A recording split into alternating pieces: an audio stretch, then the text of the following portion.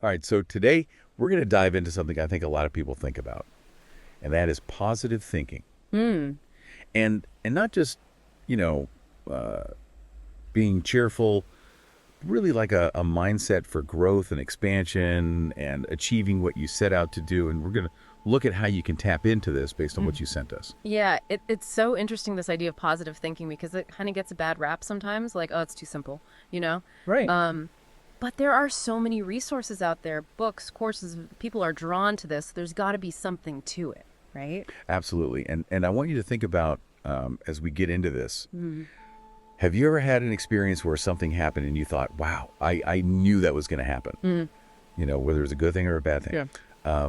Have you ever thought about, what role your thoughts played in shaping that reality? And the stuff you sent really gets into this idea that our thoughts govern our behavior, our attitude, our actions, our spirit, even the people we surround ourselves with. Yeah, it's not just like a one-off thought, right? Yeah. It's the thoughts that keep coming back, you know? And the stuff you sent was really interesting because it talks about how those thoughts really take root in our subconscious, and then they can affect our lives and even the environment around us. So how do we actually use this, right? So the good news is you can learn this positive thinking. It's not something that you're just born with. Yeah. It's a skill. And what it involves is looking at your current thought processes and actions and then taking specific steps to improve them, to change them in a positive way. But the core of it is identifying those thoughts that are holding you back and eliminating them. Yeah, so it's not just like I'm going to wish for things to get better. Right. It's really about being proactive and managing your mindset. So let's get into some specifics. So Yeah. chapter 2 of the stuff you sent was called Changing Your Surroundings. And this is something I think you can act on right away. And it talks about how the people you spend time with can have a huge impact on your personal power. Yeah, it's really about the energy you exchange with other people you know, especially those closest to you.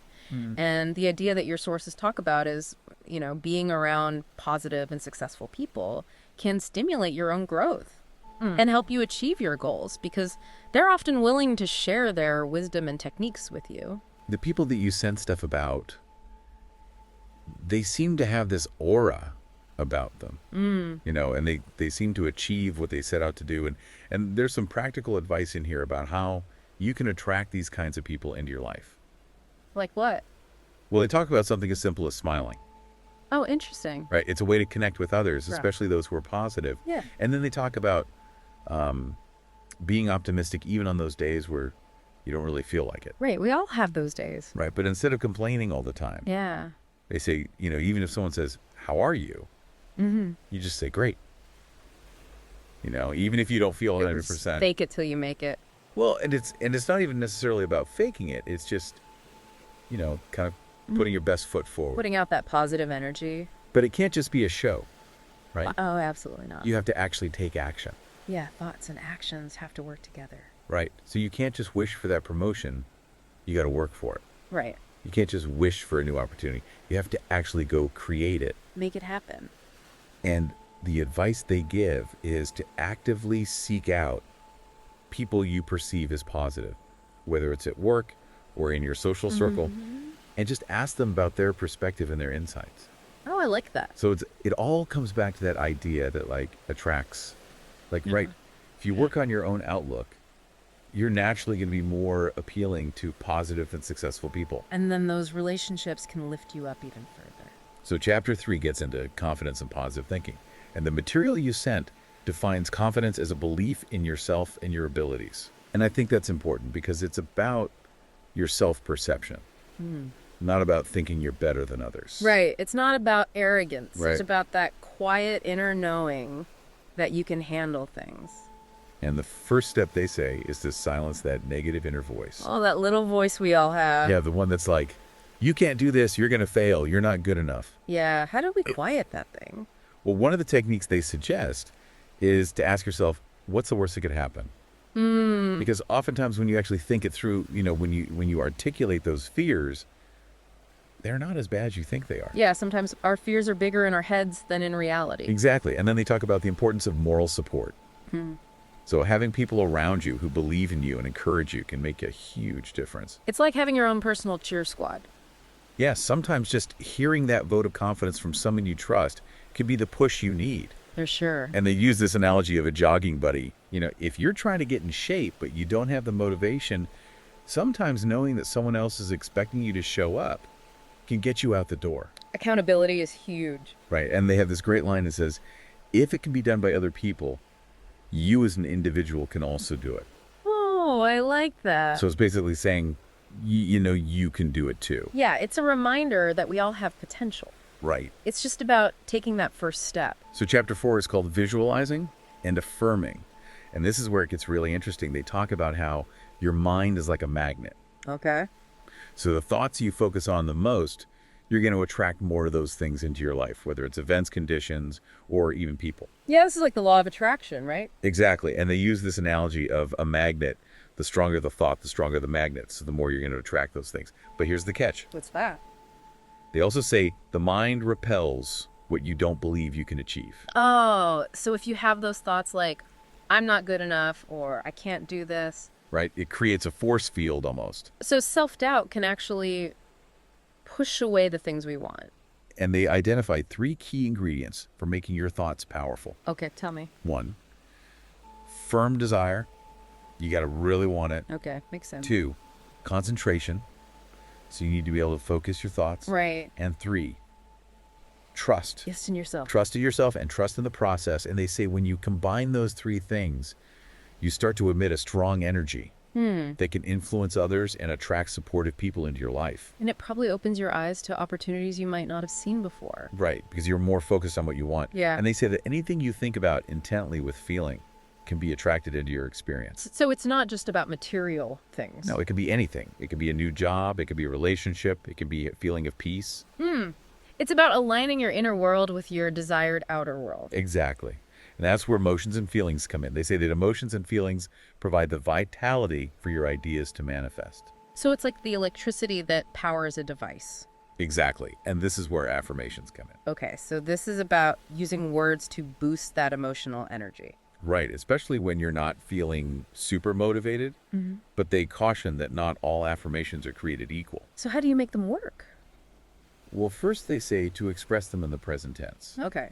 So instead of saying, I will be successful, you say, I am successful. Right, because your subconscious mind is always in the present moment. Exactly. And they suggest experimenting with different types of affirmations, like first person I statements and second person you statements. Never thought about that.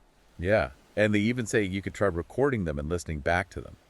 Interesting. And then they emphasize repetition. Yeah. Your subconscious needs to hear these affirmations over and over again for them to sink in. But it's not just about repeating them like a robot, right? Right. It's about putting feeling into it. So really connecting with the emotion behind the words. Yeah. Make it personal. Make it meaningful to you. And they say to keep your affirmations specific but concise so you can easily remember them. Okay. And another tip they give is to write them down and carry them with you. Oh, that's a good idea. And finally, they say to say your affirmations with gratitude, because gratitude opens you up to receiving. It's like you're already acknowledging that what you want is on its way. Right. And it shifts your focus from lack to abundance. I like that. So chapter 5 is called Turn It Around. And this is all about taking control of your thoughts and your perceptions. Okay. They say that when things don't go your way, you have a choice. What's that? You can either accept it and try to change it, or you can dwell in negativity. Right. It's about choosing how you react to situations. And they say that when you don't get what you want, it's easy to feel disappointed or unhappy, but those feelings are often a choice. And they can escalate into anger or helplessness. But we don't have to let those negative emotions take over. Exactly. And they suggest looking at setbacks as opportunities for growth.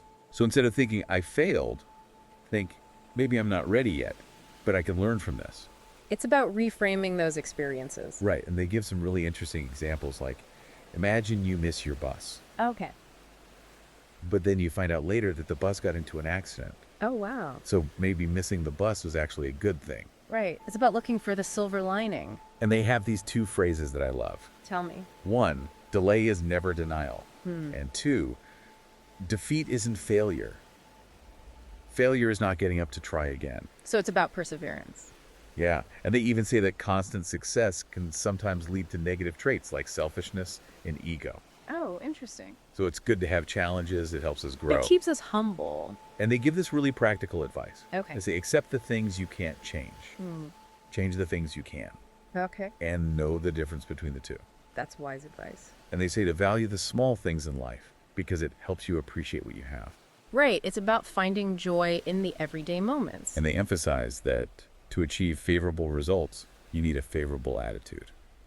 So negativity is a roadblock. And they say that acting favorably can even intimidate your competitors. Oh, how so? Well, if you're always positive and upbeat, it can make others question their own doubts. Right. It's like you're radiating confidence. And they say that over time, this favorable behavior becomes embedded in your personality. But it's not an act anymore. It becomes who you are. That's powerful. And they say the morning is a crucial time to integrate this attitude. Yeah, why is that? Well, they say it's easy to wake up feeling challenged or helpless. Right. So they suggest starting each day by affirming that it's going to be a great day Okay. and reminding yourself that you are in control of your own happiness. So it's about setting a positive intention for the day. Exactly. But they also say, don't beat yourself up if things don't go perfectly. Right. Just relax and try again tomorrow. It's about progress, not perfection. So the key is consistency. The more you practice these favorable responses, the more natural they will become. And eventually it becomes your default setting. Exactly. So chapter 6 is called Understand Yourself and Others. And it talks about that tendency we all have to compare ourselves to others. Oh, yeah. You know, we see someone who's achieved something we want, or they're progressing at a different pace, and we start to feel bad about ourselves. Yeah, comparison is the thief of joy, as they say. And the material you sent says that this comparison can be incredibly demotivating. And it can distract you from your own journey. So how do we deal with that? Well, they say the key is to be tolerant. Tolerant of what? Tolerant of your own progress and the progress of others. Okay. Because everyone is different. Everyone has different strengths, different starting points. Right. Comparing ourselves to others is like comparing apples to oranges. And they say that when you get caught up in comparison, you can lose sight of your own goals. And you start focusing on what others are doing instead of what you're doing. And that can lead to jealousy and resentment. Right. And they say that jealousy-driven comparison can actually slow down your progress. Oh, wow. Because you're so focused on what other people are doing, you're not putting your full effort into your own work. So it becomes a self-fulfilling prophecy? So the advice they give is to tolerate the progress of others without being affected by it, Okay. and to concentrate on your own goals and your own accomplishments. It's about staying in your own lane. Right, because when you're focused on your own journey, you're more likely to achieve your goals. And feel good about yourself. So as we wrap up this deep dive into positive thinking, the main takeaway from all the stuff you sent is to focus on the positive every single day. Okay. Make a conscious effort to avoid dwelling on negative thoughts or past mistakes. So it's about shifting our focus. Exactly. And they say to visualize favorable situations and use positive language both in your self-talk and in your conversations with others. And they talk about the power of smiling. Yeah, it sounds simple, but it can really make a difference. Yeah. And they emphasize that consistency is key. So the more we practice positive thinking, Right. the more it becomes a habit. Exactly. And when those negative thoughts do pop up, they have a really great strategy. What's that? They say to replace them with positive ones. Oh, so it's like a mental swap. Yeah. It might take some effort at first, but they say to keep practicing. And eventually, your mind will naturally gravitate towards the positive. Like training a muscle. Exactly. And they end on this really empowering note. What's that? They say your current circumstances don't define you. By thinking positively and expecting positive outcomes, you can create positive changes in your life So it's about having hope. and taking action. Right. So as you move forward, think about how consciously shifting your internal dialogue might create a ripple effect in your daily experiences and the outcomes you achieve. That's something for all of us to consider. Thanks for joining us for this deep dive. I enjoyed it. We'll see you next time. See ya.